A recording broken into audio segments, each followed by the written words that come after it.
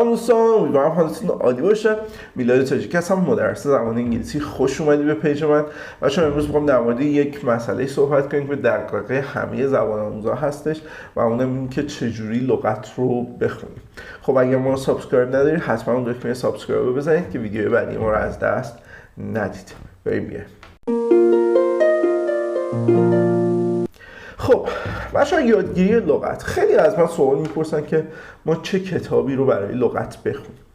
بچه‌ها اول از همه برای یادگیری لغت صرفا ما به کتاب لغت نیاز نداریم. وقتی که شما خودتون رو در معرض یادگیری زبان انگلیسی قرار میدید، خواه ناخواه به یک سری از لغات برمیخورید که خب آشنایی کامل باهاشون ندارید. همین کافیه. این موقعی که شما دارید یه لغتی رو توی یک کتابی، توی متنی، توی لیسنینگی، توی یک فیلم میبینید، کافیه فقط اگر براتون خیلی تکرار میشه کافیه فقط یادداشتش کنید و حالا از این به بعد مهمه که ما چیکار کنیم که اون لغت بیاد توی ذهن ما و اکتیو بمونه و ما بتونیم استفاده کنیم. امروز میخوام چند تا روش بگم که بتونید این لغت‌هایی که یاد میگیرید رو استفاده کنید و هیچ موقع فراموشش نکنید. خب بچه‌ها، چرخه یعنی یادگیری لغت یک چرخه خاص داره. یعنی یک کار 3 مرحله‌ایه. اینکه شما اول دیسکاور کنید، بعد پرکتیس کنید، بعد ریویو کنید. یعنی این چرخه برای هر لغتی باید انجام بشه. دیسکاور، پرکتیس، ریویو. خب حالا میخوایم بریم ببینیم مثلا این دیسکاور، پرکتیس، ریویو چیه. خب بچه‌ها، دیسکاور یعنی اینکه شما بیاید حالا لغتی رو از هر جا که پیدا میکنید، حالا فیلم هست، کتاب هست، متن هست، اون لغت رو بیایید پرسونالیتیشو در بیارید. یعنی چی پرسونالیتیشو در بیارید؟ یعنی بیایید ببینید که آقا اصلا نقش کلمه چیه، اسم، صفت، قید.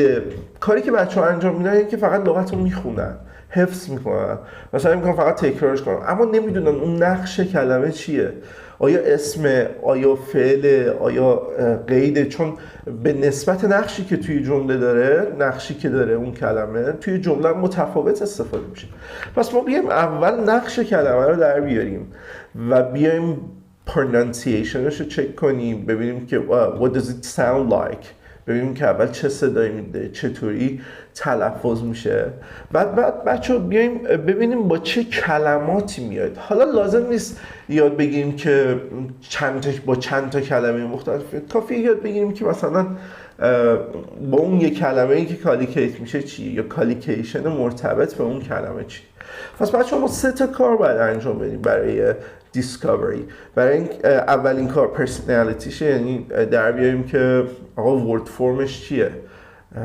بعدش هم بیایم چک کنیم که چه صدایی میده یا تلفظش به چه شکله.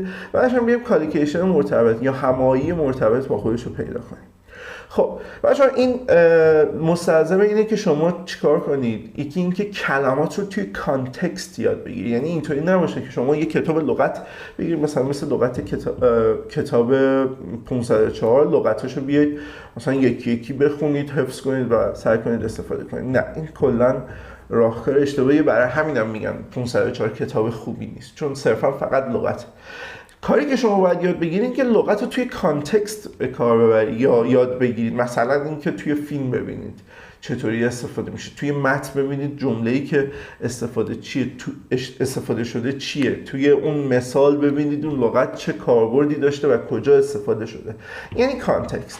حالا پس ما باید اول اون کلمه رو توی کانتکست یاد بگیریم. بعدش هم بچه‌ها این مستلزم اینه که ما از دیکشنری بتونیم خوب استفاده کنیم.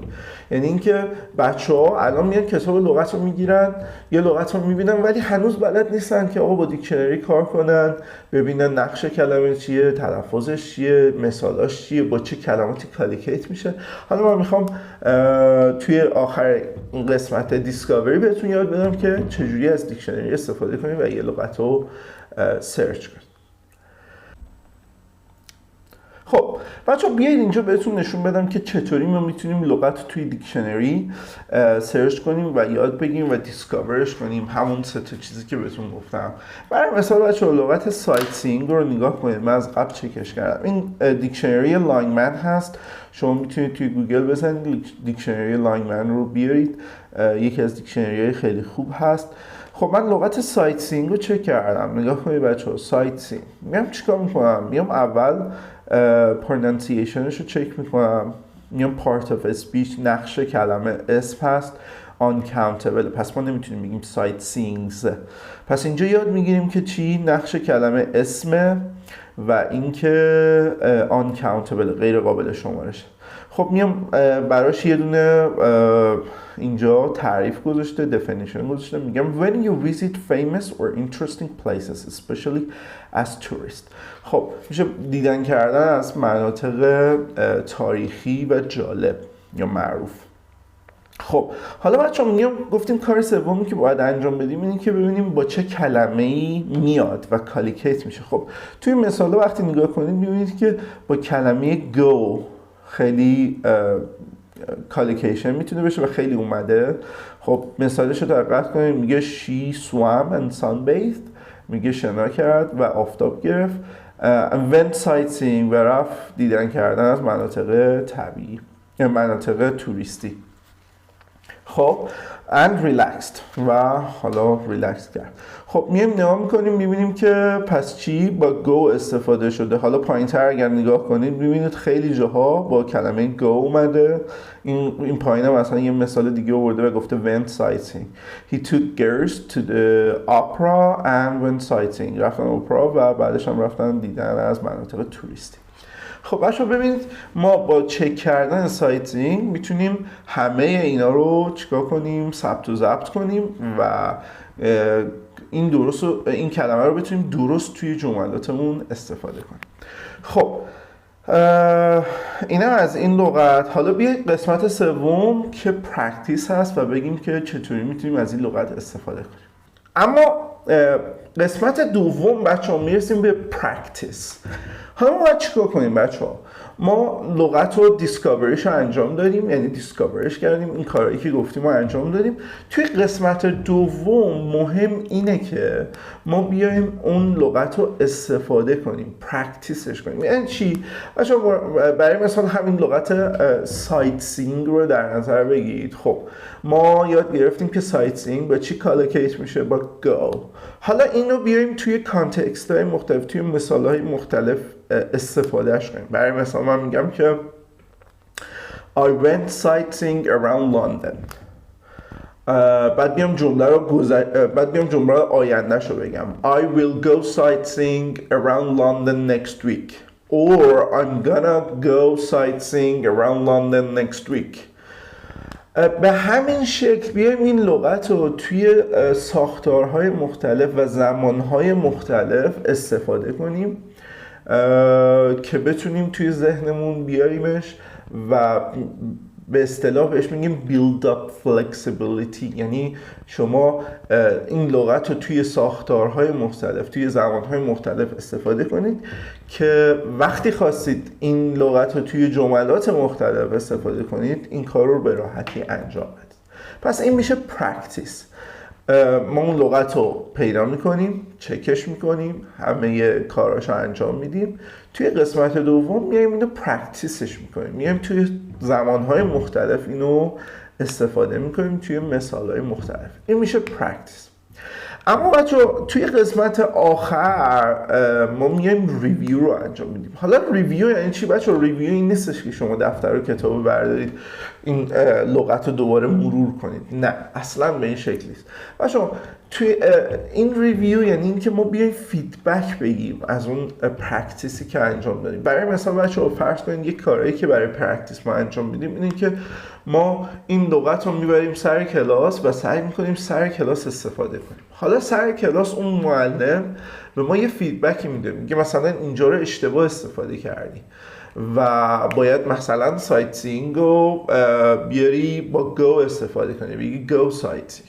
خب این فیدبک رو تیچر شما به شما میده که داری الان اشتباه استفاده میکنی و باید درست استفاده کنی. خب پس شما یاد میگیری که خب این چیزی که داری الان استفاده میکنی اشتباهه و با این استفاده میشه. اما قسمت دومی که میتونین فیدبک رو بگیرین که بچه خودتون رو توی معرض زبان انگلیسی قرار بدید. یعنی چی؟ یعنی اکسپوز کنید خودتون رو، لیسنینگ گوش بدید، فیلم ببینید، متن بخونید. وقتی که این کار رو انجام میدید بچه قطعا اگر یک لغت کاربردی یاد گرفته باشید براتون تکرار میشه و لغت و فرم های مختلف این لغت رو شما توی فیلم ها، توی متن ها، توی اون کتاب میبینید و اگر دارید اشتباه استفاده میکنید این لغت رو، وقتی براتون مرور بشه این ساختارش درست میشه. و فرض کنید بچه توی بازده زمانی که شما مثلا چه میدونم 50 تا لغت رو یاد گرفتید با فرم های مختلف، اینو پرکتیس کردید، حالا دارید توی فیلم، توی اون ویدیو، توی اون متنایی که میخونید این لغت ها براتون تکرار میشه و بچه‌ها این لغت دیگه میاد برای شما اکتیویت میشه توی ذهن شما، یعنی اکتیو میمونه و شما استفادهش میکنید توی صحبتاتون. اینطوری نیستش که شما یه دونه کتابو برداری، لغتش رو بخونی، حفظش کنی و بره گوشه ذهنت و پسیو بمونه. با این سه تا روش شما چیکار میکنید؟ شما میایید اون لغت رو اکتیو میکنید تو ذهن شما و شما خیلی لغت بلدین. حالا وقتی که میریم کلاس اون معلم برای ما پای تخته اون لغات رو مینویسه، متن داریم میخونیم، فیلم میبینیم، ولی این لغات همش پس ذهن ماست. و بچه‌ها وقتی که ما داریم وکابلری رو به صورت اکتیو یاد میگیریم، یعنی فقط میریم مطالعه کنیم که لغت یاد بگیریم، اگر این سه کار رو انجام بدیم مطمئن باشید که همیشه لغت اکتیو توی ذهنتون میمونه و همیشه میتونید استفادهش کنید و دیگه پسیو نیست. پس بچه‌ها یاد بگیریم که این سه تا روش رو انجام بدیم: discover، practice و ریویو. مطمئن باشید که لغت ها هیچ موقع فراموش نمی‌کنید و به صورت اکتیو ازش استفاده می‌کنید. خب بچه‌ها امیدوارم که دوست داشته باشید. حتما ما رو سابسکرایب کنید، لایک یادتون نره، به ما انرژی بدید. خدا نگهدار.